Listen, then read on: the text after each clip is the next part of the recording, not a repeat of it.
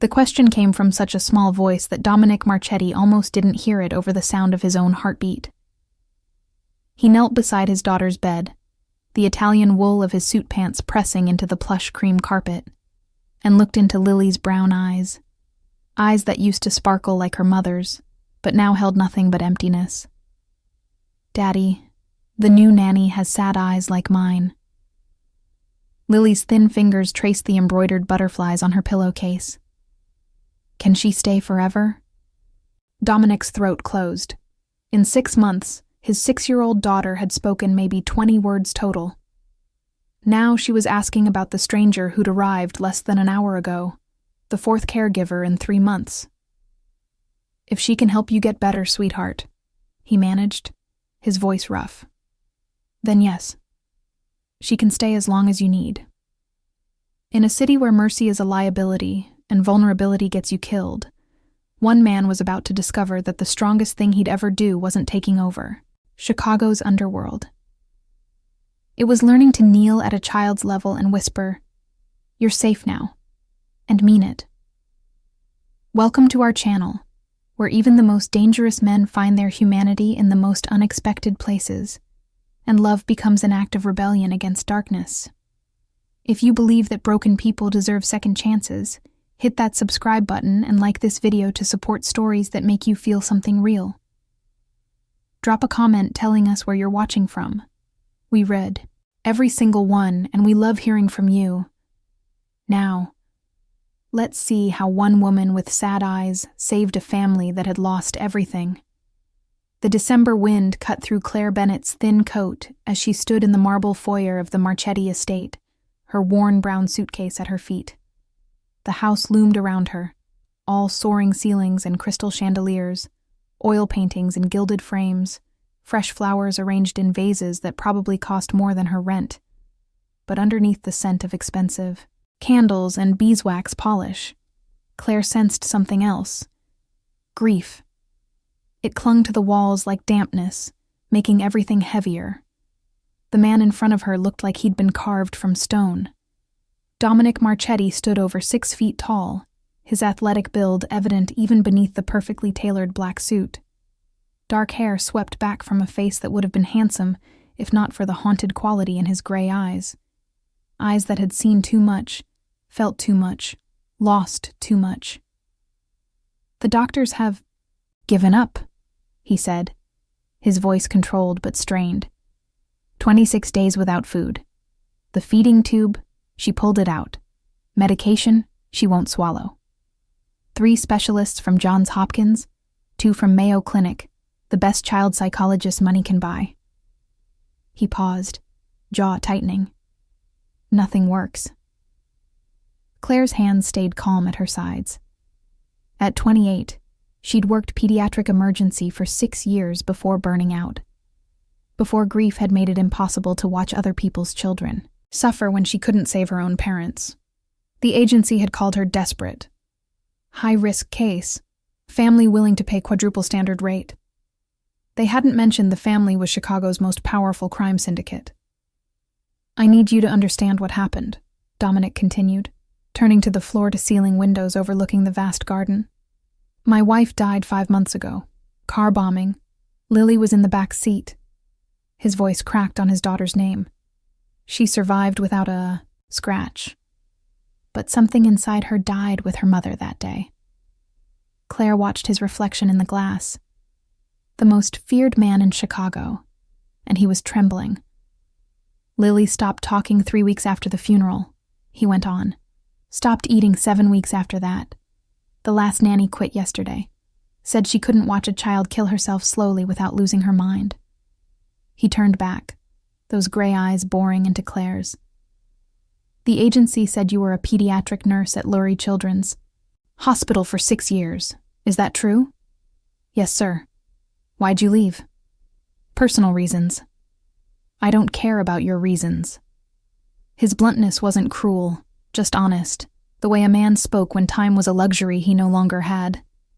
"I only care if you can save my daughter." He walked to his desk, picked up an envelope, set it down in front of her. "This position pays 4 times standard rate. If you get Lily to eat, I'll give you a $75,000 bonus. If you get her talking again, another $75,000. He paused. I know it sounds like I'm trying to buy a miracle, but I'd sell my soul if I had to, Miss Bennett. I've done terrible things in my life, but losing my daughter, his voice caught, that's something I can't survive. Claire looked past him, through the doorway that led deeper into the mansion. Somewhere in this house filled with shadows and men in black suits, a 6-year-old girl was dying by inches. Not from illness. From a heart that couldn't find a reason to keep beating. I'll take the position, Claire said quietly. And I'm grateful for your offer. But I need you to promise me one thing, Mr. Marchetti. His eyebrow lifted. It had probably been years since anyone set terms with Dominic Marchetti. What? Whatever I ask you to do, even if it seems strange or goes against every instinct you have, you'll do it. No interference, no questions, no ordering your men to supervise me. She held his gaze. Can you promise me that? Silence stretched between them. The clock on the mantel ticked. Outside, snow began to fall. Finally, Dominic nodded. I promise. For the first time in 5 months, something flickered in those gray eyes. Not hope, not yet, but maybe the memory of what hope had once felt like. Rosa Benedetti appeared in the doorway as if she'd been waiting for this moment. The housekeeper was a woman near 60, silver hair pinned in a neat bun, sharp brown eyes that had witnessed 32 years of the Marchetti family's rise and fall. She said nothing, only nodded to Dominic, then turned to Claire with a look that measured her from head to toe. The worn suitcase, the scuffed heels, the navy dress washed one too many times. Rosa had seen every kind of person walk through these doors, nannies with Ivy League degrees, nurses paid staggering salaries, famous therapists. All had left with haunted eyes and trembling apologies. This young woman looked like nothing special, yet something in the way she stood, the way she didn't lower her gaze under Rosa's inspection, made the old housekeeper pause before speaking. Come with me, Rosa said, her voice professional, warm as winter stone. Your room is in the east wing, next to the young Mrs. room. Claire followed Rosa through endless hallways. The Marchetti estate was a sprawling Italian-style mansion, with marble floors that caught the light from crystal chandeliers, Persian rugs that muffled their footsteps, and portraits of stern-faced ancestors, watching from the walls. But even with all the luxury, Claire felt the weight of sorrow pressing down on everything. They passed men in black suits stationed at strategic points, one at the top of the stairs, another at the second-floor landing, 2 more at the entrance to the east wing. Each had the rigid posture of someone trained to kill without hesitation. Yet when they saw Rosa, they dipped their heads with respect.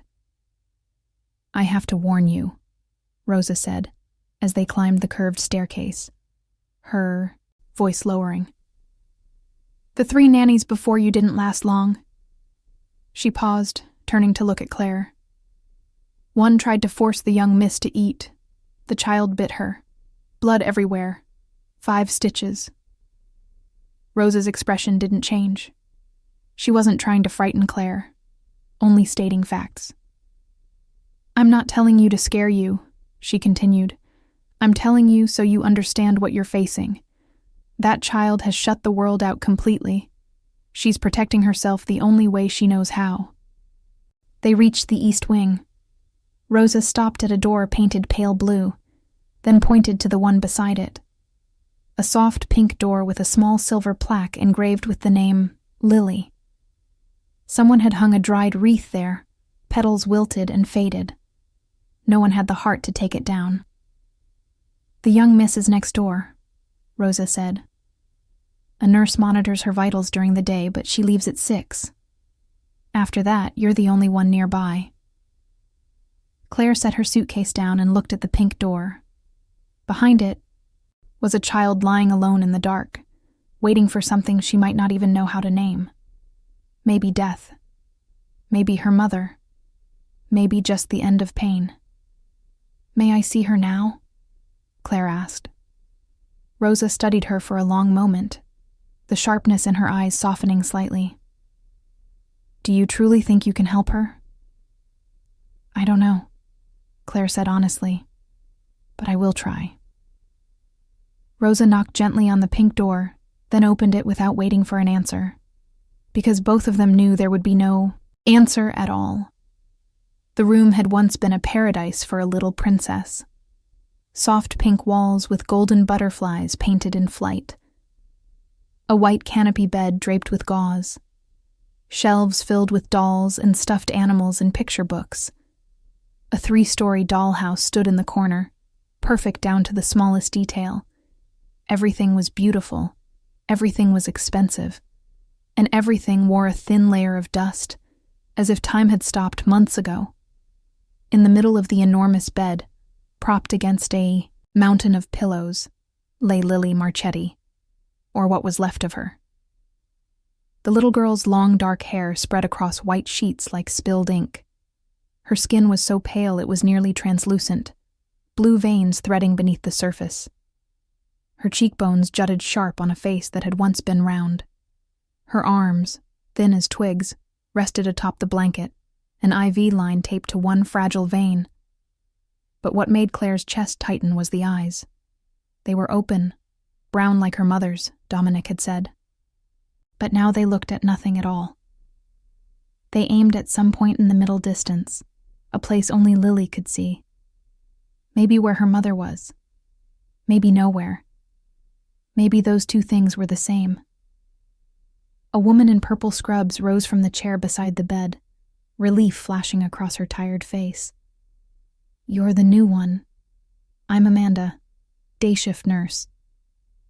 She glanced at Lily, then back at Claire with an expression that was both sympathetic and warning. "Dr. Webb wants to admit her to the hospital, but Mr. Marchetti won't allow it. He thinks it would frighten her more." Amanda didn't say what they were both thinking. More frightened. As if this child could be any more terrified after watching her mother burn alive. Claire didn't go straight to the bed. Instead, she walked slowly to the large window overlooking the garden, her movements gentle and non-threatening, the way she'd once approached panicked children in the pediatric ER. She stood there for a moment, looking out at the vast grounds, where white lilies bloomed despite the December cold. "Hello, Lily," Claire said softly, still not turning around. "I'm Claire. I'll be here for a while." She paused, letting the words settle into the quiet. "I used to work with children in a hospital, and I know you're probably tired of doctors and nurses by now, but I didn't come here to stick needles in you or force you to do anything you don't want." She turned her head slightly, just enough to see that the girl still lay motionless. Yet, something had changed. A shift so small it was almost impossible to notice. "I'm only here to be with you if you want," Claire continued, "or to not be with you if you don't. It's your choice." Lily didn't respond, didn't move, didn't blink. But in that brief instant, those empty brown eyes shifted, just a little, toward Claire. Then they turned away again. It was enough. It was the beginning. Claire woke at 2 a.m. to the sound of ragged breathing seeping through the thin wall, between their rooms. Not crying, not a call for help. Something worse. The frantic, choking gasps of someone drowning in air. 6 years of pediatric nursing made her body react before her mind fully caught up. She threw on her cardigan and hurried into the hallway, pushing open the pink door that was never locked. Moonlight slipped through a gap in the curtains, laying a pale stripe across the room. In that narrow ribbon of light, Claire saw Lily sitting bolt upright in bed, eyes wide with terror, staring into empty air. Her small chest heaved. Sweat plastered dark hair to her forehead. Thin fingers clawed at the blanket until her knuckles went white. Nightmare. Or the memory of one she couldn't escape. Claire didn't rush in. Didn't try to shake the girl awake or pull her into an embrace. Instead, she moved slowly to the chair beside the bed and sat down, keeping careful distance. Close enough for Lily to see her, far enough that she wouldn't feel invaded. "Lily," Claire said, softly, her voice low and steady like rain on a roof. "You don't have to say anything. You don't have to do anything. I'm just sitting here." She paused. "You can be afraid for as long as you want. I'm not going anywhere." Lily didn't look at her. Her eyes stayed locked on the space in front of her, where the nightmare was perhaps still projecting its terrible images.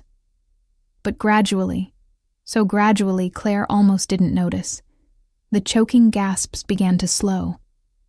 The death grip on the blanket loosened. They sat like that for an hour. Claire said nothing more.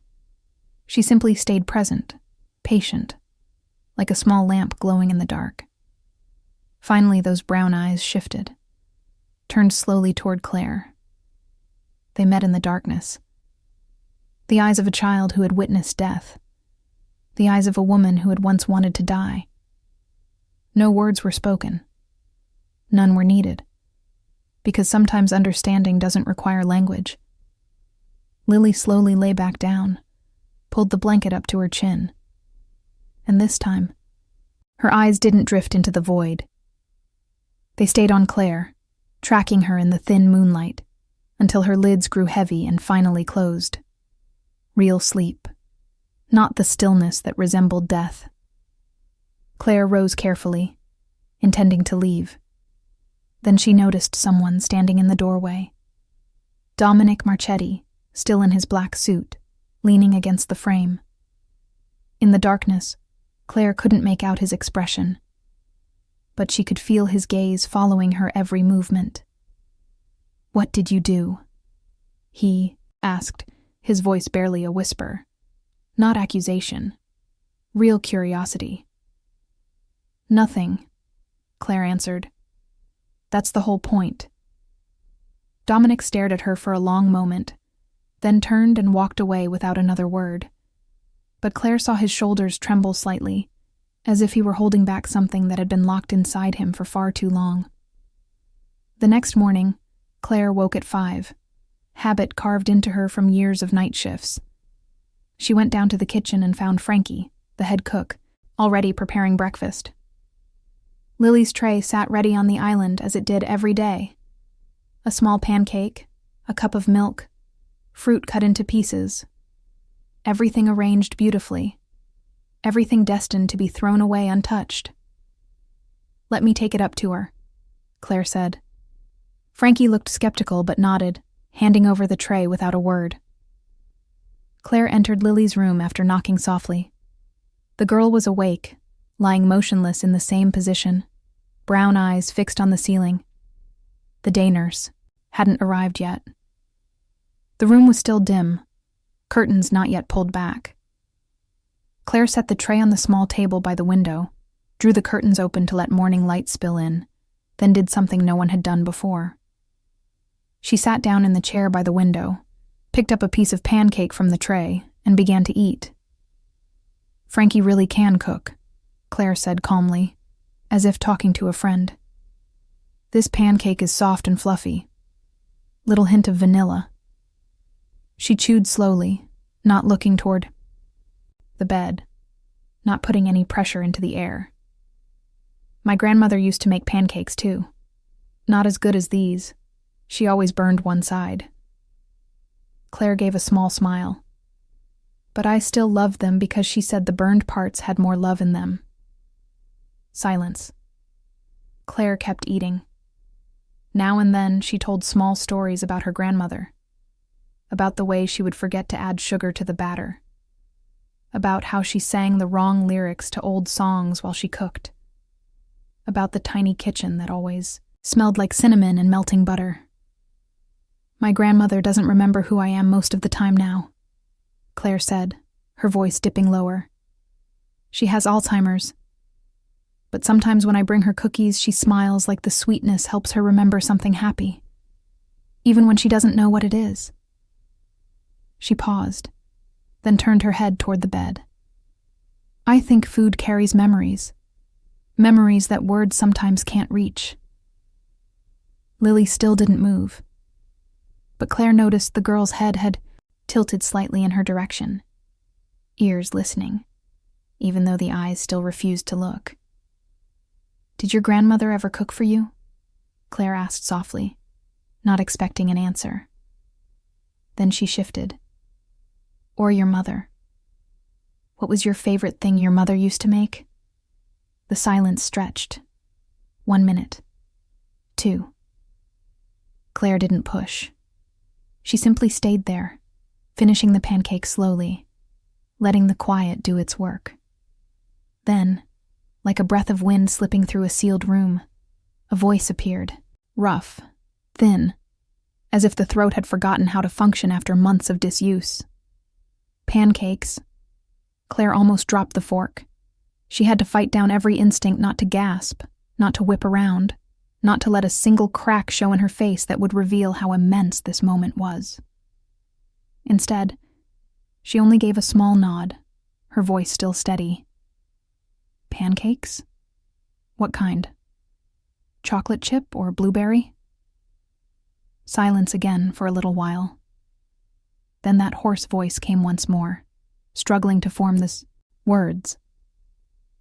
"Mom made butterfly-shaped pancakes every Sunday morning." 14 words. The first words Lily Marchetti had spoken in 4 months. And Claire knew, even with a long road still ahead, the door had opened a crack. Claire set the fork down as gently as she could, her heart beating so fast she was afraid Lily might hear it in the stillness. She didn't turn too quickly, didn't let the swell of emotion show on her face. 6 years as a pediatric nurse had taught her that for wounded children, any big reaction could make them retreat back into the shell they'd fought so hard to step out of. "Butterfly-shaped pancakes sound wonderful," Claire said, keeping her voice even though something inside her trembled. "How did your mom make them? Did she use a mold or shape them by hand?" The silence stretched. Claire thought perhaps Lily wouldn't say anything more, that those 2 sentences were the limit for today. But then, like a thin spring beginning to seep through stone after months of drought, that rough little voice rose again. "Mom poured the batter into the pan," Lily said slowly, each word seeming to be pulled from somewhere deep that had been buried too long. "She made the body first, then the wings. I got to put honey on top." Claire turned toward her then, allowed herself to look straight at the child. Lily was still on the bed. Her brown eyes were no longer lost in an endless void. They were looking upward at the ceiling. But they were different now. They were looking into memory. Into Sunday mornings full of laughter and the scent of melting butter. "Your mom sounds like she was very good with her hands," Claire said softly, moving slowly closer to the bed without climbing onto it, stopping at a distance that still felt safe. "Did you ever help her?" Lily blinked. A single tear slipped from the corner of her eye, ran along her temple, soaked into the pillow. She didn't cry out loud, didn't sob. Only quiet tears falling like small rain after a... "I got to mix the batter," Lily whispered. "I always spilled it." Mom laughed and said it was okay. Claire's eyes burned, but she held it in. This wasn't the moment for Claire to cry. This was Lily's moment. "Your mom sounds like a wonderful mother," Claire said. "Mom was the best." Lily's voice caught, and then her small body began to tremble, not from cold, from feelings held back too long, finally forcing their way out. "I miss her. I miss her so much." "I know, heart." "But I can't eat," Lily said, her voice splintering as if being torn apart. "If I eat, if I keep living, it means Mom is really gone. It means I'm choosing a world without her." And there it was, the core truth. The reason behind 26 days without food, 4 months without speech. Lily wasn't trying to kill herself. She was trying to refuse a reality where her mother no longer existed. She was trying to keep her mother close by refusing to keep. Claire moved slowly and sat on the edge of the bed, still careful about space, but close enough that Lily could feel she was there. "You're not trying to hurt yourself, are you?" she asked gently. "You're trying to keep your mom here." Lily nodded, tears now streaming down her thin cheeks. These were the first tears anyone had seen since the funeral, and they were more precious than any diamond in this mansion. "Sweetheart," Claire said, her voice trembling even as I'm not going to tell you the pain will disappear. I'm not going to lie to you the way other adults do. The pain will stay. Maybe forever. But I can tell you one thing my grandmother said to me after my parents died." Lily looked at her, brown eyes wet with tears. But for the first time, there was real focus in them. "What did she say?" the little girl asked, her voice no more than a breath. Claire drew in a deep breath. "My grandmother said my parents had lived their whole," Claire began, her voice low and unhurried. "Every meal they cooked, every story they told at bedtime, every hug they gave me, it was all meant to help me grow up strong and happy. That was the work of their lives, the legacy they left in this world." She paused, looking into Lily's brown eyes as they listened with fierce attention. "And my grandmother said that if I stopped eating, stopped living, I was throwing away everything they had spent their whole lives building. Lily lay still, but Claire saw the child's small fingers tightening on the edge of the blanket, as if clinging to every word. "She said it wouldn't be punishing the world for taking my parents," Claire went on. "It would be punishing me, and punishing their memory too." Claire drew a slow breath, feeling the old pain rise in her chest. But this time, it was no longer as sharp. "It took me a long time to understand what she meant. At first I was angry at understand. I thought no one could understand what it was like to lose your parents when you're 13. "Did she understand?" Lily asked, her voice thin as thread. "She did," Claire nodded, "because she lost her child too, her only daughter, my mother. And she still had to wake up every day, still had to keep living, not because she didn't hurt, but because she still had me." Claire held Lily's gaze. "My grandmother told me that living doesn't mean forgetting. Living and continuing to walk forward so they can still see the world through your eyes." Lily was silent for a long time, tears still sliding down her cheeks. Then she asked, her voice trembling like a leaf in autumn wind, "But how do I know my mom wants me to keep living? She isn't here to tell me." Claire felt her heart tighten. A question from a 6-year-old carrying a depth of pain many adults could never put into words. "Did your mom love?" "Yes." No hesitation. "She loved me so much." "Did your mom ever want you to suffer?" "No." Lily shook her head, dark hair spread across the white pillow. "She used to hold me when I was sad. She used to sing to me when I was scared." "Then, what do you think she would want if she could see you right now?" Claire asked softly. "Would she want you to lie here forever, sad and hungry? Or would she want you to eat a butterfly-shaped pancake and remember Sunday mornings?" Tears spilling from the corners. Her small body began to shake hard, and for the first time since Claire had met her, Lily truly cried. Not silent tears sliding down her cheeks, but broken sobs rising from deep in her chest. The crying of a child who had held it in for too long, who had endured too much, who had been too alone. Claire couldn't hold back anymore. She reached out and touched the small hand gripping the blanket.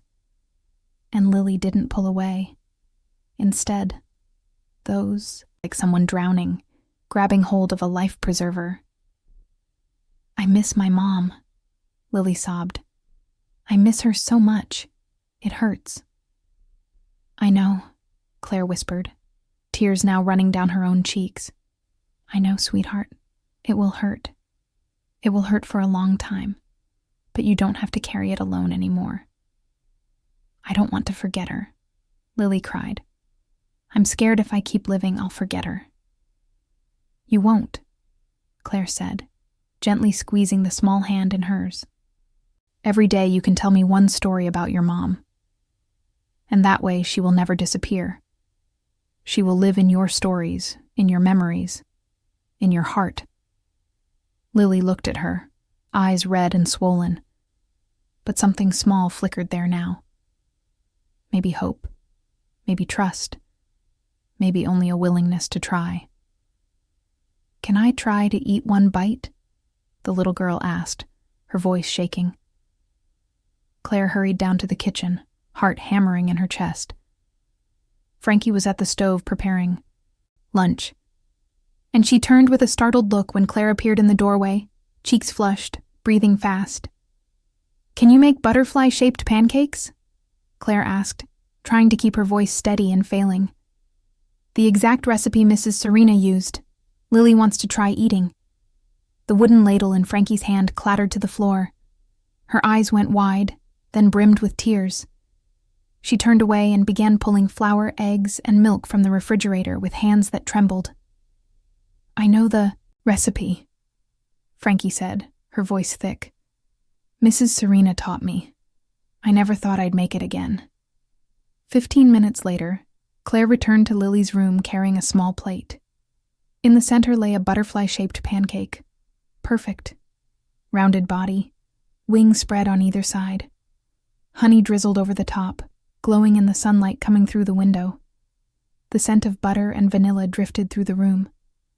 Lily was sitting up for the first time since Claire had arrived, propped against a mound of pillows. She still looked small and frail, collarbones sharp beneath the thin fabric of her nightgown. But those brown eyes were no longer empty. They watched the pancake in Claire's hands, with an expression that was hard to name, something between longing and fear.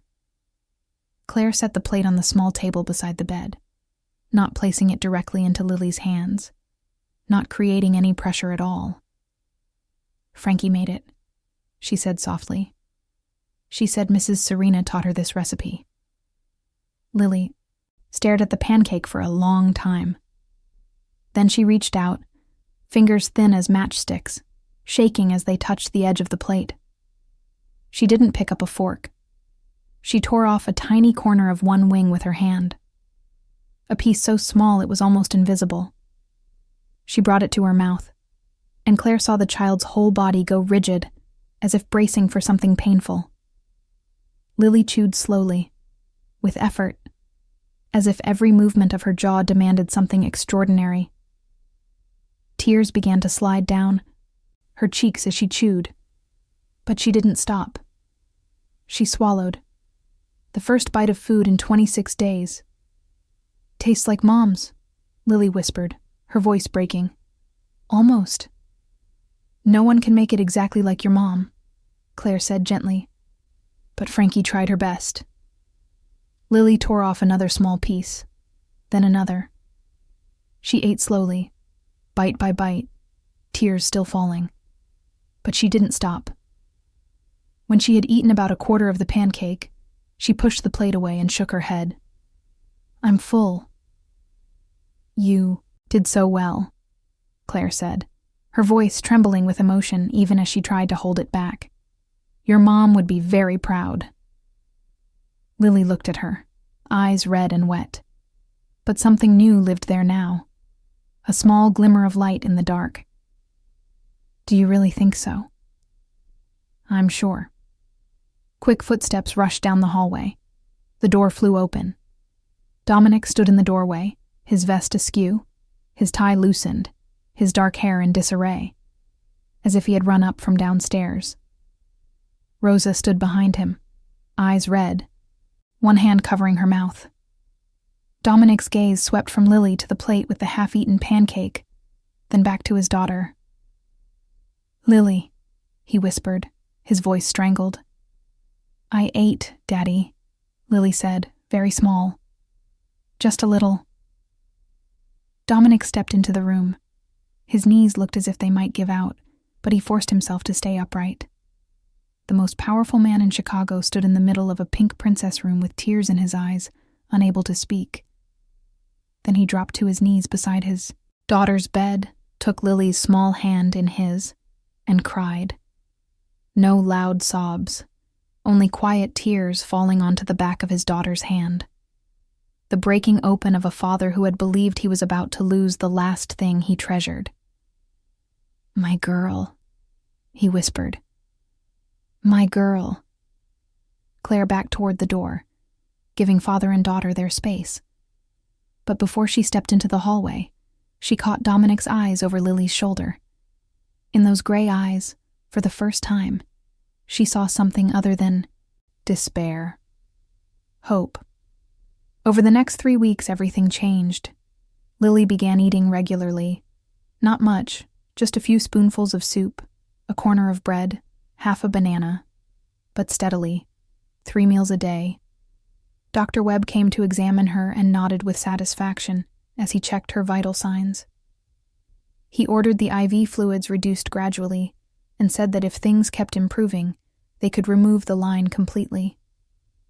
Frankie cried every time she carried an empty tray back down to the kitchen. Happy tears, sliding down her cheeks when she saw a plate had been eaten from, even if only a small part. Claire and Lily built a routine. Every morning, Claire brought breakfast into the room and ate alongside Lily by the window, telling small stories about Grandma Dorothy. Every afternoon, she read fairy tales that Lily used to love. Every night, she sang Lily to sleep in a voice that wasn't particularly good. But Lily didn't complain. Lily began to speak more, too. At first, only short phrases. But little. By little, she began to tell stories about Serena, about the ballet routines mother and daughter practiced together, about how her mother used to sing opera with the wrong lyrics while she cooked, about the pink tutu her mother gave her for her 5th birthday. Every story came with tears, but they were the kind of tears that had to be shed, tears of healing instead of despair. One afternoon, Lily said something that made both Claire and Dominic go still. "Mom danced better than anyone," Lily said while Claire was reading. "She danced on the big stage before she married Dad." She looked at Claire with those bright brown eyes that were finally coming back to life. "I think Mom would like you," she said. "Mom always said the people with beautiful hearts are the most beautiful of all. You have a beautiful heart." Claire felt heat rush to her cheeks. She couldn't bring herself to look at Dominic, who was standing in the doorway, but she could feel his gaze resting on her. That night, after Lily had fallen asleep with her hand still clutched around her old teddy bear, Claire went downstairs for a glass of water. The mansion was quiet in the dark, lit only by the faint glow of wall lamps. She passed Dominic's study and saw light spilling through the crack of the door left slightly open. "Miss Bennett, could you come in here for a moment?" Claire pushed the door and stepped inside. Dominic sat behind his desk. In front of him was a glass of whiskey, half gone, and a picture, frame turned face down on the desktop. He'd taken off his suit jacket, leaving only a white dress shirt with the sleeves rolled to his elbows. He looked exhausted, and older than he had in daylight, as if the darkness allowed him to set down the mask he wore for everyone else. "Sit," he said, gesturing to the leather chair across from him. Claire sat, back straight, hands resting on her lap. "How did you do it?" Dominic asked, his voice rough. The best specialists, the most famous therapists, they came with impressive credentials and left with apologies. He stared at her as if trying to solve an impossible riddle. "And you? You've been here less than a month, and my daughter is eating. She's speaking. She's smiling. What did you do?" Claire was quiet for a moment, choosing her words. "I didn't try to fix Lily," she said slowly. "I didn't come with the goal of forcing her to eat or talk. I simply sat with her in the dark and waited until she was ready to see the light." Dominic lifted his whiskey, swirling it in his hand, but he didn't drink. It sounds too simple. Sometimes the simplest things are the hardest to do, Claire replied. Silence settled between them. The clock ticked. Outside, snow began to fall again. Then Claire saw something change in Dominic's expression, the careful control slipping. There's something you should know, he said finally. His voice dropped lower. Dangerous. Nikolai Petrov, the man who planted the bomb that killed Serena. He's active again. My men spotted his crew in the south side yesterday. Claire's blood went cold. What does that mean? It means, Dominic said, gray eyes meeting hers with terrible honesty, that the danger isn't over, and you're living in the middle of it. The next morning, Claire noticed the change immediately. The number of bodyguards had doubled. Men in black with sharp, unblinking eyes posted at every corner. New security cameras installed everywhere. The estate felt like a fortress bracing for war. Claire went straight to Dominic's study, knocked and stepped inside without waiting to be invited. He looked up from his desk, surprise flickering across his face. Who are you really? She asked, blunt and shaking, but refusing to retreat. What is it you do? Dominic studied her for a long moment, then rose and walked to the window, as was his habit whenever he needed to think. I run an empire, he said evenly. Not all of it is legal. My wife died because of a business feud. He turned back to her, gray eyes steady, unflinching. And I won't apologize for what I am. Claire felt as if she'd been punched in the chest. She had known, but hearing him admit it so plainly still left her reeling. Your world is dangerous, she said. Lily lives in that world. I live in that world now. I will protect you, Dominic said. I will protect Lily at any cost. Claire returned to her room and stood before the old suitcase still tucked in the corner of the closet. She thought about leaving, walking away from this house, from an underworld of bombs and enemies. This was not the life she wanted. This was not a safe place to stay. Then Lily's voice carried through the thin wall. Claire?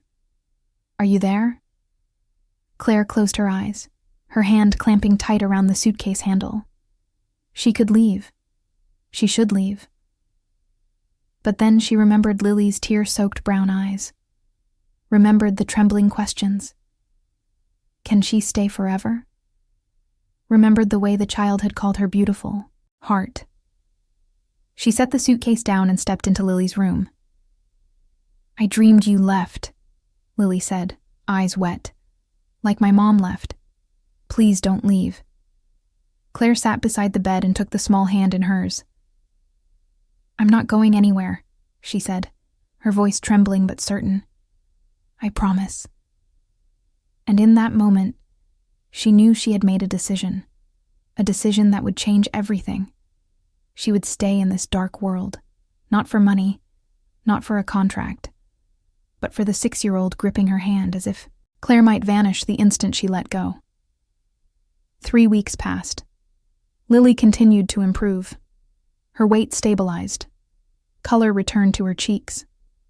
She began practicing simple ballet movements again in the living room, her laughter ringing through the estate like a melody everyone had thought was lost forever. Then, one afternoon, Lily made a request no one expected. I want to go into the garden, she said, her voice small but firm. The place with the white lily flowers. Mom planted them there. Claire looked at her and saw something new in those brown eyes that had once been empty. A glimmer of light. Are you sure? Do you have the strength? I want to try, Lily said. I want to see Mom's flowers. They helped Lily out of bed. She stood on trembling legs, muscles weakened after months of stillness. Dominic stayed on one side, Claire on the other, and together they moved slowly across the room, down the hallway, toward the stairs. Each step Lily took was a small victory, a quiet declaration that she had chosen to live. Rosa stood at the foot of the staircase, one hand over her mouth, tears sliding down her cheeks. Frankie ran in from the kitchen and stopped, staring with red eyes. Even the guards had to turn away for a moment. When they stepped out the back door, the afternoon sun touched Lily's skin. She stopped and drew in a deep breath. "The smell of grass," she whispered. "The smell of flowers. I forgot what outside smells like." They walked slowly through the vast garden, past beds of deep red roses, past the fountain where water murmured over stone, until they reached a corner where white lilies bloomed in full under the winter sun. Lily stood rooted in place, tears gathering as she watched the pure white petals sway in the gentle breeze. "Mom planted these," she said, her voice thick with emotion. "She named me Lily because she said lilies are the purest flowers." Dominic knelt beside his daughter, one hand steady at her back. "Your mother said you were as pure as a lily, and she loved you more than all the flowers in the world put together." "I know," Lily whispered. "I love her too. Forever." They sat down on the stone bench beside the flower bed, the three of them together beneath the afternoon light. Then Lily asked a question that made both Claire and Dominic go still. "Dad, is Claire pretty?" Dominic blinked, clearly caught off guard. He glanced at Claire, then back at his daughter. "Yes, sweetheart," he said slowly. "She's very pretty." Lily nodded, as though it confirmed what she had suspected for a long time. "I think Mom would like her," she said. "Mom always said the people with beautiful hearts are the most beautiful of all. Claire has a beautiful heart." Claire felt heat rush to her cheeks. She couldn't bring herself to look at Dominic, but she could feel his gaze resting on her. After Lily grew tired and was brought back to her room to rest, Dominic found Claire in the hallway. "Lily likes you," he said. "She really likes you.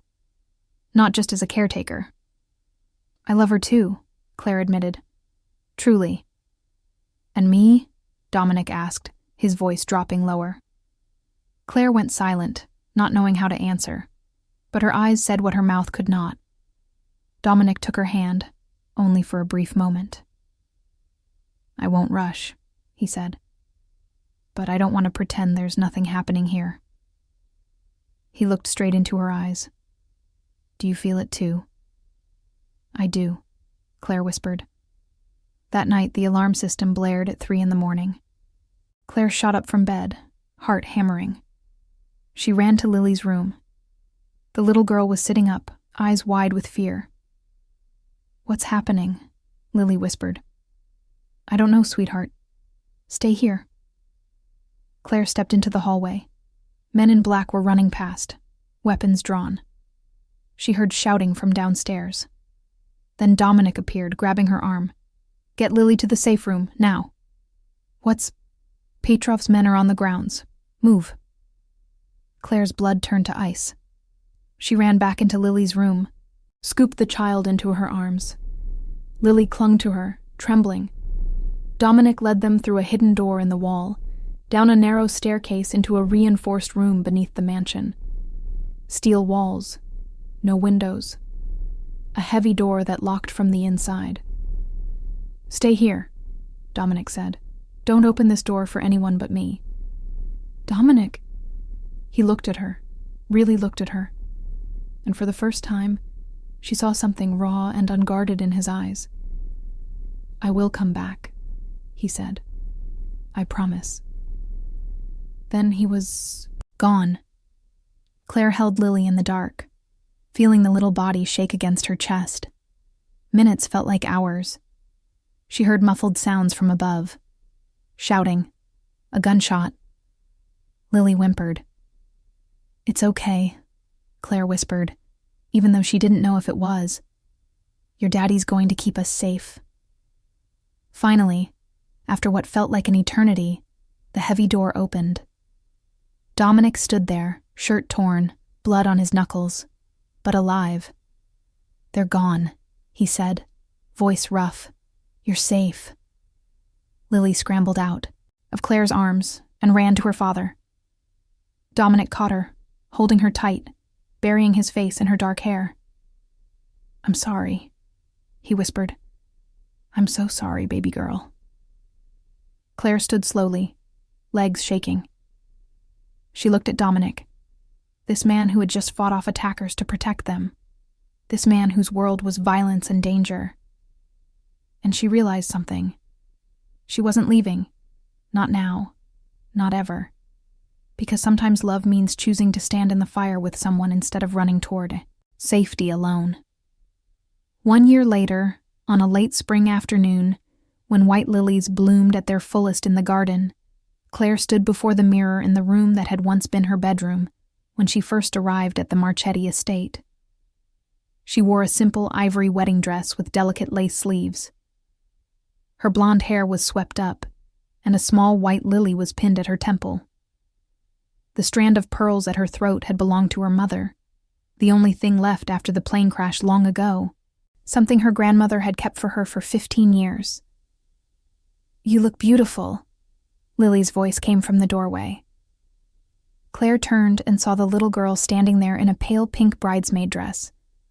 Her dark hair was braided into 2 neat plaits tied off with white ribbons.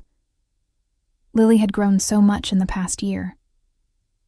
Color had returned to her cheeks. Light had returned to her brown eyes.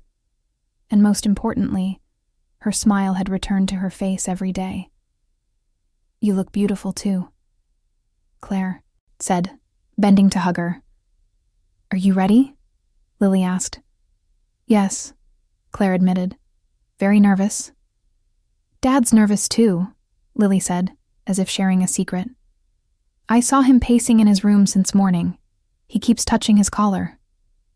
Claire laughed, imagining Dominic Marchetti, the man who once made all of Chicago's underworld tremble, fretting like a young man before his first wedding. They held the ceremony in the garden, right beside the bed of white lilies Serena had planted. Dominic wanted it that way, and Claire agreed. This was not a replacement. This was a continuation. Serena was part of this family, would always be part of it, and Claire never wanted to change that. There were not many guests, only the closest ones. Gianna, Dominic's mother, sat in the front row in an elegant blue dress, her hand clenched around an embroidered handkerchief already soaked with tears. Beside her sat Dorothy. Today was one of the rare days she was lucid, her sea-blue eyes shining as she looked at her granddaughter. Rosa was there, and Frankie, and even Salvatore, Big S, all dressed in the finest clothes they owned. Dr. Webb came too, and Nurse Amanda, the ones who had witnessed Lily's return to life from those earliest days. When Claire stepped out into the garden with a bouquet of white lilies in her hands, she saw Dominic waiting beneath an arch of white flowers. He wore a black suit with a silver tie, his gray eyes never leaving her for even a second. And beside him stood Lily as the bridesmaid, holding a small basket of petals, wearing the brightest smile Claire had ever seen on her. The wedding was brief, but full of meaning. When it came time for vows, Dominic took Claire's hands and spoke, his voice trembling slightly yet steady. "You came when my family was drowning in darkness. You didn't try to drag us out. You simply sat with us in the dark and waited until we were ready to see the light." He paused, swallowing hard. "You saved my daughter. You saved me. And I promise I will spend my whole life trying to be worthy of you." Claire tightened her grip on his hand, tears slipping down her cheeks. "I came here for money," she said honestly. "I stayed because of love. You and Lily gave me something I thought I had lost forever, a family. I promise I will love Lily like my own child. I will honor Serena's memory, and I will stand beside you through every darkness and every light." After the rings and the kiss, Lily asked if she could say a few words. She stood between her father and her new mother, her small voice clear. "Mom Claire doesn't replace my real mom," she said, looking up at Claire with loving brown eyes. "But Mom Claire gives me a different kind of love. Grandma Dorothy says a heart is big enough to love everyone. I believe that. I love my real mom. I love Mom Claire. I love Dad. And now we are a family." No one had dry eyes after that. Gianna sobbed openly. Dorothy dabbed at her tears with an old handkerchief. Rosa had to turn away for a moment. Even Big S cleared his throat and blinked again and again. After the ceremony, Lily led Claire to the bed of white lilies. She placed one flower from the bridal bouquet at the base of the plants and whispered, "Mom, I'm better now. I'm happy now. I still love you forever." Claire knelt beside her and rested a hand on Lily's shoulder, and in that moment, she thought she felt a soft breeze drift through, carrying the faint scent of jasmine, as if Serena were smiling and blessing them from somewhere far away. 1 year after the wedding, the Marchetti estate overflowed with laughter and music on Lily's 8th birthday. The garden was dressed in pink and white ribbons. Balloons in every color floated everywhere. And at the center stood a 3-tier birthday cake shaped like a princess castle. Lily's classmates raced across the lawn, their cheers echoing through the open air. And Lily stood in the middle of it all in a wide, flared pink dress, her brown eyes sparkling with happiness. Claire stood beside the buffet table, one hand resting lightly on her belly, rounded now at 4 months. She watched Lily blow out the candles, eyes closed as she made a wish, then open again with the brightest smile. Dominic stood beside Claire, one arm around his wife's waist, his gray eyes never leaving their daughter. "What did you wish for?" one of Lily's friends asked after she blew out all 8 candles. "I can't tell," Lily replied with a secretive air. "But my wish already came true." Later, after the guests had gone home and the estate settled into the hush of sunset, Lily tugged Claire out into the garden to the bed of white lilies, as she did every day. It had become a ritual for mother and daughter. Each night before bedtime, they would come here, and Lily would tell her birth mother about her day. "Mom," Lily said to the flowers swaying in the breeze, "today I turned 8. I have lots of friends. I'm learning ballet again, and my teacher says I dance like you used to." She paused, then looked down at Claire's belly. "And I'm going to have a little brother or sister soon. Dad says it might be a baby sister. I'll teach her ballet just like you taught me." Claire stood behind her, quietly wiping away tears.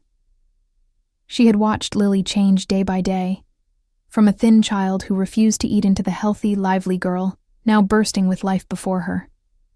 The journey had not been easy. There were nights when Lily still woke from nightmares. There were days when she suddenly went quiet and missed her mother so fiercely it seemed to fill the whole room. But they had made it through together, one day at a time, one step at a time. That night, after Lily had fallen fast asleep in her room with a stuffed bear clutched tight in her arms, Claire stood by the bedroom window, looking out over the garden under the moonlight. Dominic came up behind her and wrapped his arms around her, his hands resting gently on her pregnant belly. "What are you thinking about?" he asked. "I'm thinking about the path that brought us here," Claire said. "Everything that was lost to lead to this moment. My parents, Serena, the lonely years." She turned to look at her husband. "And now I understand. Loss isn't the end. It's a doorway into something new." Dominic kissed her forehead softly. "You taught me that. You taught Lily that. That darkness doesn't last forever. That there's always light at the end of the tunnel if we're patient enough to wait." Small footsteps sounded outside the door, and then Lily appeared, rubbing sleep from her eyes. "I dreamed about my real mom," she said. "She was smiling, and she said she was proud of me." Claire opened her arms, and Lily ran into them. "I'm proud of you too," Claire whispered. "Both of your moms are proud." Lily lifted her face to Claire, her brown eyes clear. "Can I call you Mom?" she asked. "Not Claire anymore, just Mom." Tears rose in Claire's eyes. "That would be the greatest honor of my life." They stood by the window, 3 people, soon to be 4, looking out at the garden where the white lilies shone beneath the moon. And Claire understood that this was the meaning of life, not avoiding pain, but walking straight through it and finding love on the other side. Sometimes the people who save us aren't the ones we expected. Sometimes they're the ones the world told us to fear. But salvation doesn't come with a warning label. It comes in the form of a father kneeling beside his daughter's bed, whispering promises he's terrified he can't keep. It comes in the form of a woman who chooses to sit in the dark instead of dragging someone into the light. Claire once believed that asking for help was the same as giving up. But sometimes survival isn't about doing it alone. It's about knowing when to let someone else carry the weight. And Dominic? He learned that strength isn't measured by how many enemies fear you. It's measured by how many people feel safe enough to fall, asleep in your arms. Maybe that's what all of us are searching for. Not perfection, just someone willing to fight for us when we're too tired to fight for ourselves. If this story touched your heart, we'd love to hear your thoughts in the comments below. Hit like to support more stories like this, and subscribe to our channel. We bring you new emotional journeys every single day. Before you go, check out the next video or explore our playlist for more tales of love, redemption, and second chances. Thank you for being here. Good night, and remember, even in the darkest places, light finds a way in.